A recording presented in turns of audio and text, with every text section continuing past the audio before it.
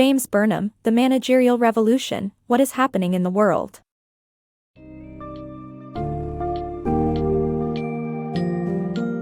Welcome to the summary of The Managerial Revolution, What is Happening in the World by James Burnham. This insightful book propounds that society is shifting from a capitalist to a managerial structure, where those in charge of the means of production will wield the most influence. Delve into the characteristics of capitalism, its historical implications, and why it might be giving way to a new form of societal organization. Examine the role of managers, bureaucrats, and the state in this new order, and ponder the implications of this transition for social dynamics and the distribution of wealth.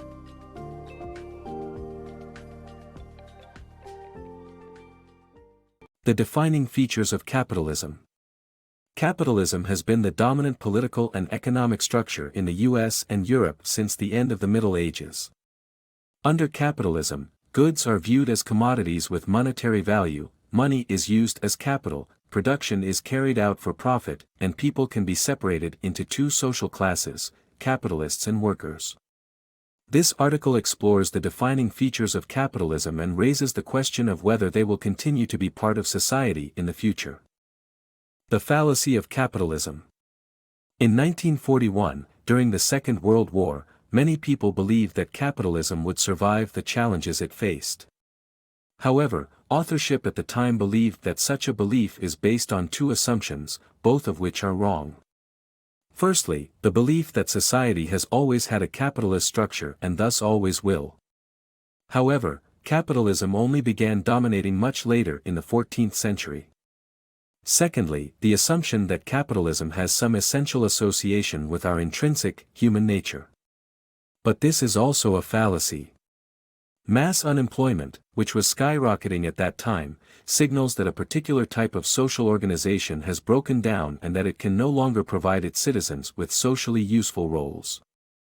It seems highly likely that a big societal change is on the cards.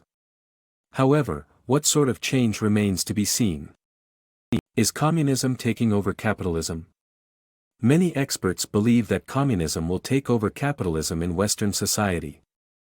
However, the implementation of a classless and fully democratic society like communism is highly unlikely due to the failure of Russia's communist experiment. Despite abolishing private property rights, Russian society became more class-bound, and democracy and freedom for all citizens were not achieved. Therefore, a true communist society is almost impossible to implement in practice. However, the idea of transitioning to a new society from capitalism remains relevant. The rise of the managerial society. In 1941, the author predicted a transition from capitalist to a managerial society where those in charge of making decisions about how the means of production were used would gain the most.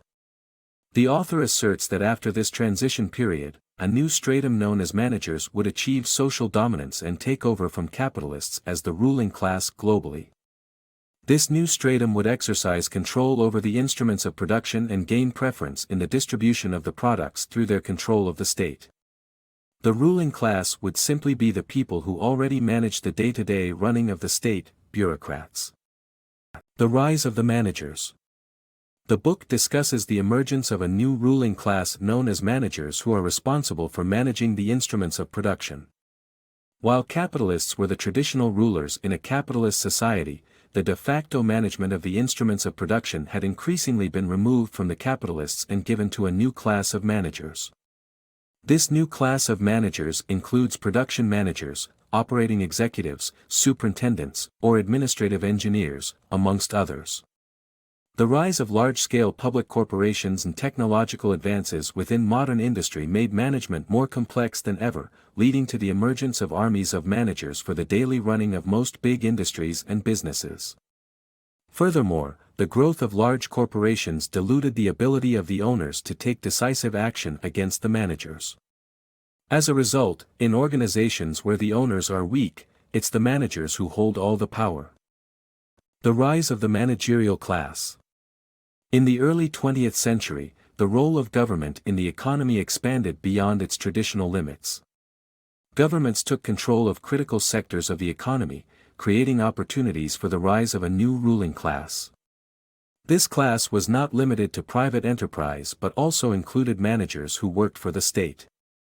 The bureaucrats were presiding over the ever-growing governmental behemoth, and their equivalents in private industry became the ascendant ruling class in the modern world. The capitalist was gradually losing power as every section of the economy that the government took over meant an opportunity lost for them. Eventually, the manager's power would become absolute, and the state would assume control over all aspects of the industry.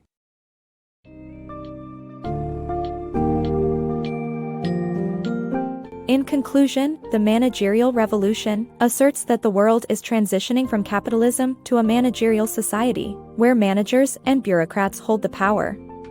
This transformation is driven by the growing dominance of large-scale public corporations and technological advancements, rendering the role of traditional capitalists obsolete. As governments expand their scope of enterprises, the power of the managers and bureaucrats continue to grow. The future of society, according to Burnham, lies in the hands of those who can wield authority over the means of production, leading us to a new age where the managerial class takes over from the capitalist class as the ruling segment of society.